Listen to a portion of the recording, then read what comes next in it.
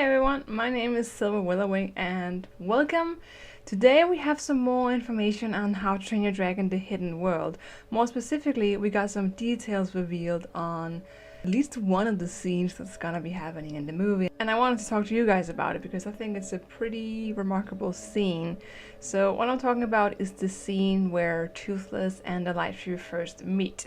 We see it partially in the trailer. They are at the beach and Toothless is trying to impress the Light Fury and it's not going very well.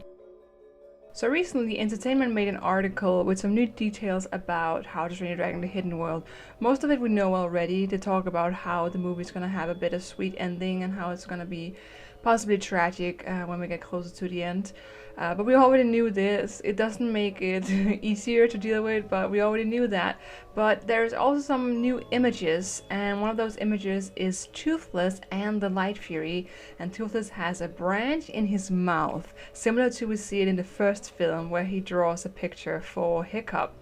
And this scene is actually gonna have a parallel in the new movie, and this was released 100% confirmed. It was actually shown at the Annecy Festival. A official clip from DreamWorks was shown of this scene where a few very select attendees of this festival actually got to see the scene unfold. So obviously I don't have any footage of that, but I'm gonna spoil a little bit of what the scene is gonna be because I found a source that was at the Annecy Festival and told me exactly what the scene is all about. So as we see in the scene, Toothless follows the Light Fury and they end up on the beach and he falls down and slips and it gets all kind of awkward, and Hiccup is watching from afar trying to give him advices on how to perform his little mating dance, I guess you could call it that. It was pretty terrible to watch on Toothless' behalf. But there's more to this scene that wasn't shown in that clip in the trailer, because shortly after everything fails for Toothless, the Light Fury is not impressed by his dances and his moves and his weird sounds and grunts. He actually finds a branch on the beach and he gets that branch and he picks it up in his mouth and he starts drawing. And he draws a picture of the Light Fury for her. And apparently this image is rather good. And Hiccup even utters the words, "You can draw now?" It would make sense since he tried to draw Hiccup in the first film. It's very hard to distinguish, but if you really look for it, you can see some sort of a face there that looks like Hiccup a little bit. So it makes sense that across the years, Toothless has improved his artistic skills and are actually able to draw a picture that looks like something very distinctive. And apparently the Light Fury is very impressed by this image, and this is a scene where she walks closer to him and wants to sniff him because he finally managed to actually impress her.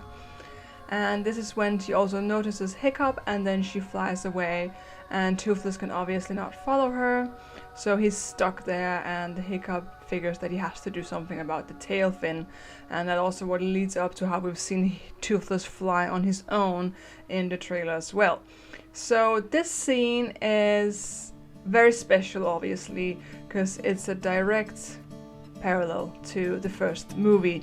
It's also kind of sad because it makes you think this is what Hiccup taught Toothless, and now he's using it in his own way to kind of grow up and find a mate, find a buddy that is like him, which is the Light Fury, and eventually he's not gonna need Hiccup anymore. The theme of the film is letting go. That has been confirmed by Dean DeBlois, and we know that something is coming up. Somehow it's gonna conclude the story, and it has something to do with the Light Fury. And I have mixed opinions about it. I have very mixed opinions about it because I feel like letting go is a nice theme. It is something you need to do in life, but I also feel like Hiccup had nothing. He was hated by his village. He had no one, he had no friends. Even his dad didn't even care much for him, didn't understand him properly. And then Toothless comes along and saves him so miraculously, and Hiccup also gives Toothless what he needs, which is a companion that really takes the time to understand him. They're kind of two odd outs because Toothless is the last of his kind and he has no one else similar to Hiccup. So I feel like if you found a best friend, why would you let them go? Why would you have them out of your life? This is your missing piece. You found it. Why would you let it go again? But then again, I realized he's a dragon and it's different rules that, you know, kind of are in effect on that.